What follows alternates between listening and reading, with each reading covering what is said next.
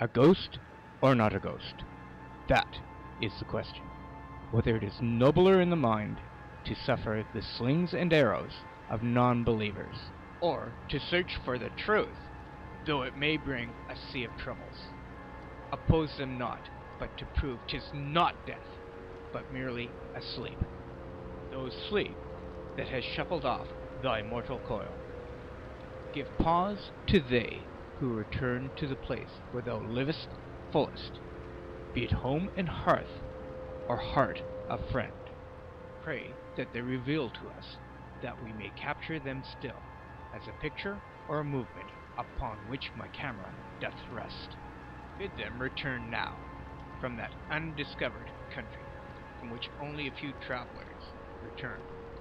Complete the puzzle, and let them dwell among us once more. Who doth live among the dwellings where we find ourselves, this 10th day of the 10th month, 2010. We begin now at the carriage house, our base of investigation. Hey! This isn't at all spooky because the lights are on. Actually, it's darn cozy here in the carriage house. Welcome to Baxter's Ghost Club. We could have had some sort of ominous, scary sort of name, but there is nothing scary about ghosts. Generally, they are just normal folks who happen to be dead, but pop round occasionally to have us do them a favor, or spend some time in a place they enjoyed. Ghosts do not say boo. Well, unless the ghost was some dry-witted comic who has passed on and is having a bit of fun. Usually they look like they did in life, only much healthier and often much younger. Some like to send messages via phone or radio, and others like to just talk to you. We have discovered that they rarely show up when asked, or talk to you just because you are talking to them. If you showed up at your friend's house while they were out, would they talk to you or appear? Of course not.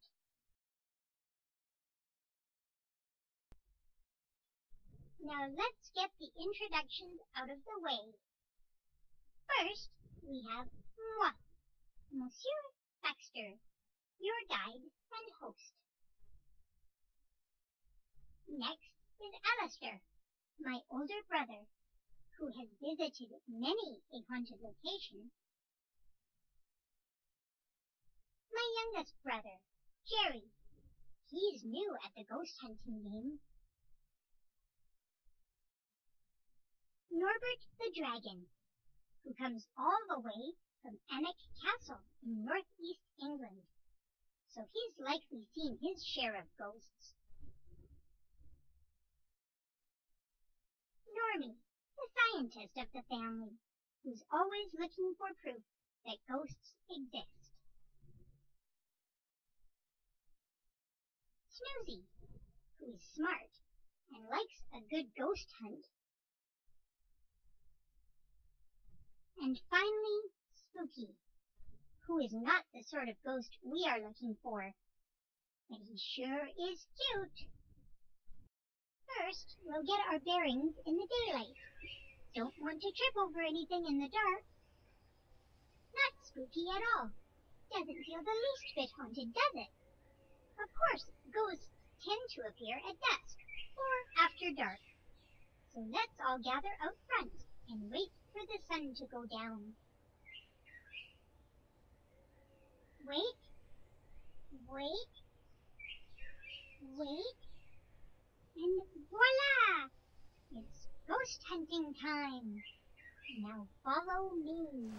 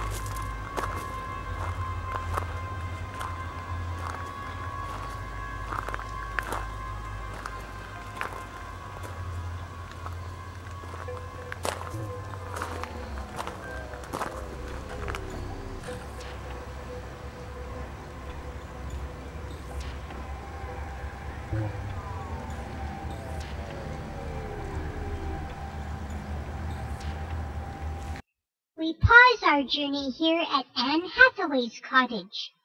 It is rumored that this cottage is the most haunted building on the site.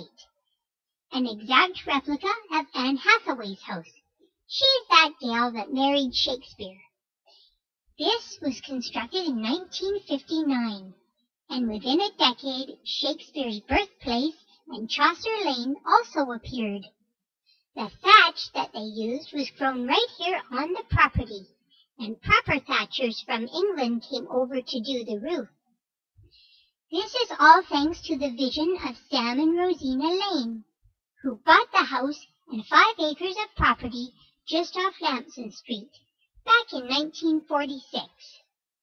Rosina wanted her own little slice of England right here in Victoria. To say she was passionate would be an understatement.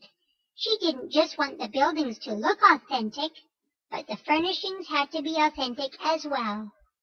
Rosina hired employees and dressed them in period costume, including an English bobby. She called her creation the Old England Inn, and for several decades this was one of Victoria's premier tourist attractions.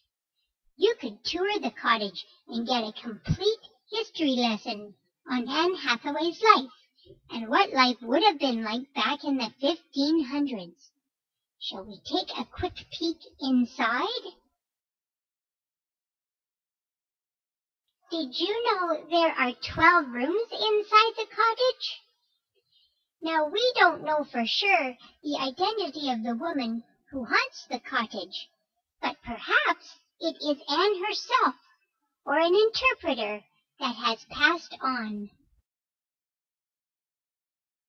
We leave the cottage now and continue our walk past Shakespeare's birthplace. Along Chaucer Lane, and I will meet you at the Manor House in just a few minutes.